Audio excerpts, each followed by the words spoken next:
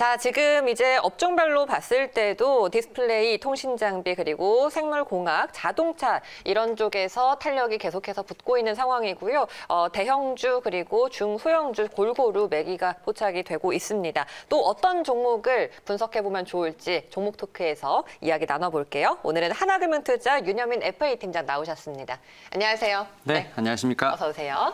자, 오늘은 탑픽 종목 어떤 겁니까, 팀장님? 일단 저는 오늘 SM을 좀 가지고 왔는데 일단은 뭐 엔터테인먼트 쪽의 대표적인 종목이라고 말씀드릴 수 있을 것 같습니다. 최근에 뭐 코로나19 관련된 종목이라든지 아니면 그 반대적인 컨택트주의 어떤 이런 순환매가 돌고 있는 상황에서 좀 어느 정도 언택트와 컨택트가 좀 같이 있는 종목이 아닐까라는 생각에서 가지고 왔습니다. 엔터주라고 하면은 이제 컨택트 위기를 언택트로 잘 승화하고 있는 그런 대표적인 섹터가 아닐까 싶은데 경쟁사들도 참 최근에 이야기가 많이 나왔는데 SM이 갖고 있는 모멘텀은 어떤 건지 한번 이야기 나눠볼게요. 일단 뭐 동사 같은 경우는 좀 소개를 드리면 일단은 뭐 사실 뭐 국내뿐만 아니라 이제 아시아, 이제 뭐 미국까지도 지금 전 세계적으로 좀 매출이 좀 발생하고 있는 글로벌 엔터테인먼트라고 좀 말씀드릴 수 있을 것 같고요.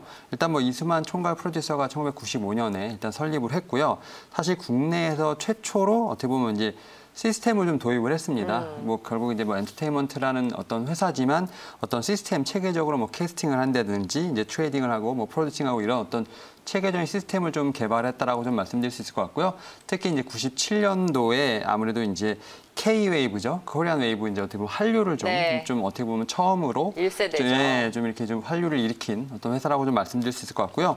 최근에는 이제 뭐 엔터테인먼트 사업뿐만 아니라 뭐 광고라든지 이제 뭐 영상 콘텐츠, 뭐 여행 사업 등 여러 가지 사업을 좀 확장하고 있다라고 좀 말씀드릴 수 있을 것 같고요. 최근에 이제 뭐 계속 뉴스가 나오고 있는 부분이 있지만 이제 언택트 쪽으로도 좀 사업을 확장하고 있다라고 좀 말씀을 드려보도록 하겠습니다. SM 이제 대표적으로 지금 국내에서 엔터 3사 중에 하나고 가장 1세대로 꼽히고 있는 그런 기업입니다. 업종을 좀 이야기 나눠보고 싶은데요. 최근에 이제 YG 쪽에서는 블랙핑크가 상반기를 그래도 하드캐리를 해줬고 JYP에서는 이제 하반기 아티스트들이 총출동을 기다리고 있다 이런 이야기가 나오고 있거든요. 그래서 지금 여기에 대비해서 SM은 어떤 전략을 갖고 있는지도 궁금해요.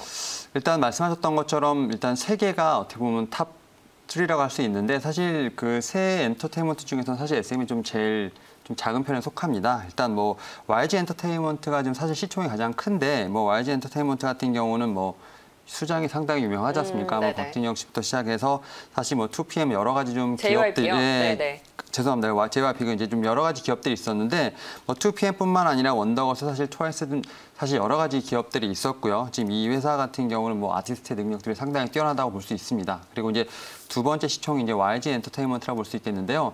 사실 YG 엔터테인먼트 같은 경우 사실 구설수에 상당히 좀 힘들긴 했었지만. 그럼에도 불구하고 이제 아티스트의 힘으로 인해서 지금 어떻게 보면 상반기를 잘 극복을 하고 있다라고 좀 말씀드려볼 수 있겠는데 일단 말씀하셨던 것처럼 블랙핑크가 상당히 큰 저력을 지금 보여주고 있는 상황입니다.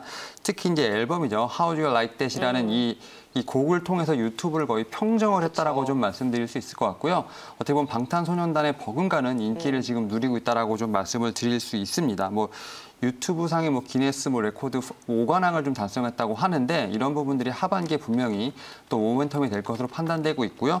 또 최근에 이제 뭐 G드래곤 관련돼서도 좀 계속 얘기가 나오고 있는 상황입니다. 이에 따라서 YG 엔터테인먼트 같은 경우도 상당히 하반기에 좀 기대가 된다 말씀드릴 수 있겠는데 제가 갖고 온 동사 같은 경우는 이 앞에 있는 두 회사보다는 시총이 작지만 사실 매출액은 훨씬 더 크다라고 좀 말씀드릴 수 있을 것 같습니다. 뭐 어떻게 보면 작지만 강한 회사라고 말씀드릴 수 있을 것 같고 그러한 이면에는 아까 말씀드린 것처럼 이제 언택트로의 어떤 전환이 좀 큰 모멘텀을 작용하지 않았나 좀 말씀을 드려보도록 하겠습니다. 네, 언택트로 전환. 그러니까 이 SM이 최근에 아티스트들이 신규로 뭐 많이 나오는 그런 다른 엔터사들과 좀 비교되게 어떻게 보면 좀 사업적으로 탄탄하게 매출을 잘 뽑아낸다 이렇게 평가를 받는 것 같아요. 그러니까 사실 이제 이 동사 같은 경우 제가 앞서 말씀드린 것처럼 좀 자회사들이 좀 많은 상황이에요. 근데 지금 2분기 때 자회사들이 사실 실적은 좋지 않았습니다만 그럼에도 불구하고 이제 SM 본사 쪽에서 사실 매출이 상당히 많이 나왔는데 말씀하셨던 것처럼 뭐 새로운 뭐 가수가 나오거나 그런 건 아닙니다. 하지만 이제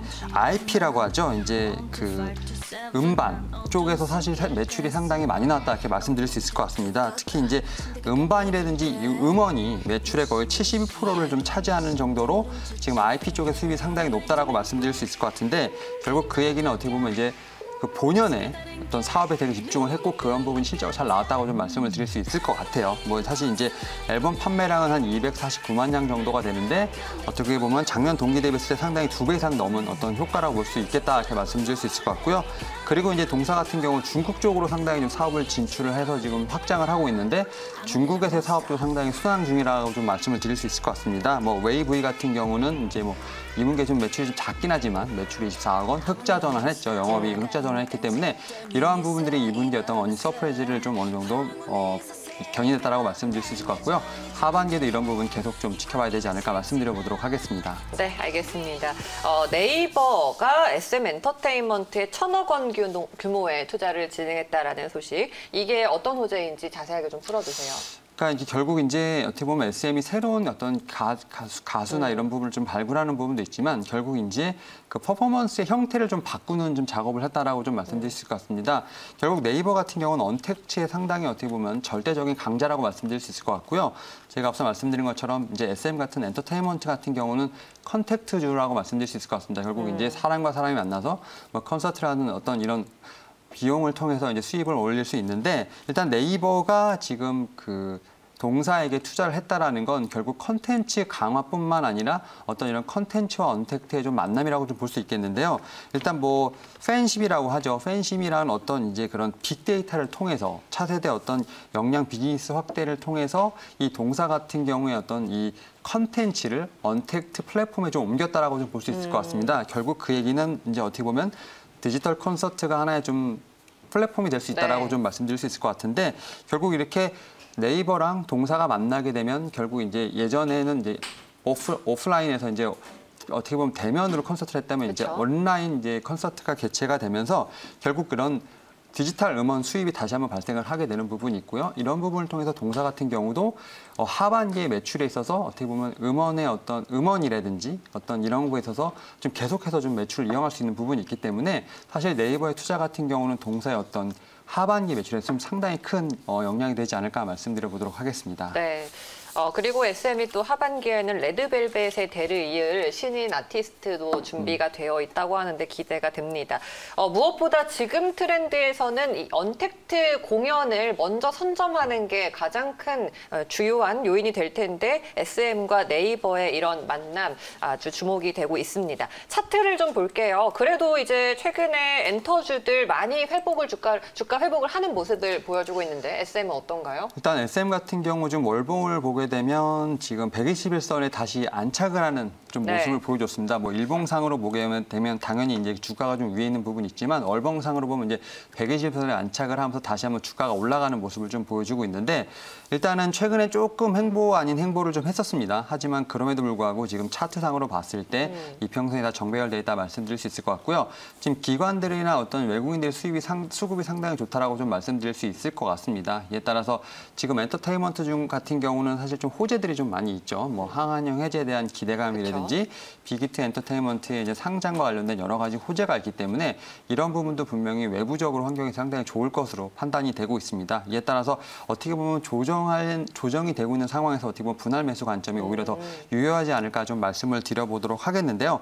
일단 앞서 말씀드린 것처럼 그런 외부적인 환경도 상당히 좋지만 동사 자체로서 매출에 있어서 IP, 지금 음원이라든지 음반의 판매량 상당히 좋은 부분, 이런 부분들이 하반기도 분명히 좀 어느 정도 계속 꾸준히 유지될 것으로 판단이 되고 있고 다른 엔터테인먼트에 비해서 좀 시총이 작지만 매출이 상당히 좋다는 점, 어떻게 보면 작지만 강한 기업이기 때문에 오히려 이런 부분에서 하반기에 좀 어떤 모멘텀을 더 찾을 수 있을 것으로 판단이 되고 있습니다. 이에 따라서 현재 오히려 지금 분할 매수 관점으로 접근하시는 게 더 유효하다 말씀드릴 수 있을 것 같고요.